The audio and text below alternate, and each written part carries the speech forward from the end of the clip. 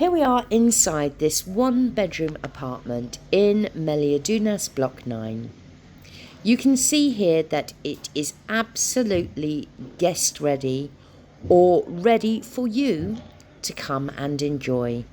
Everything is included, all the furniture that you see here, all the appliances are working, the TV.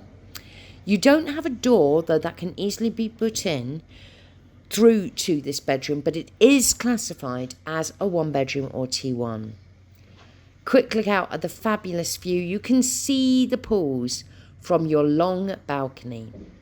You've got built-in wardrobes here and a lovely bathroom with all porcelain appliances and a bath with shower over.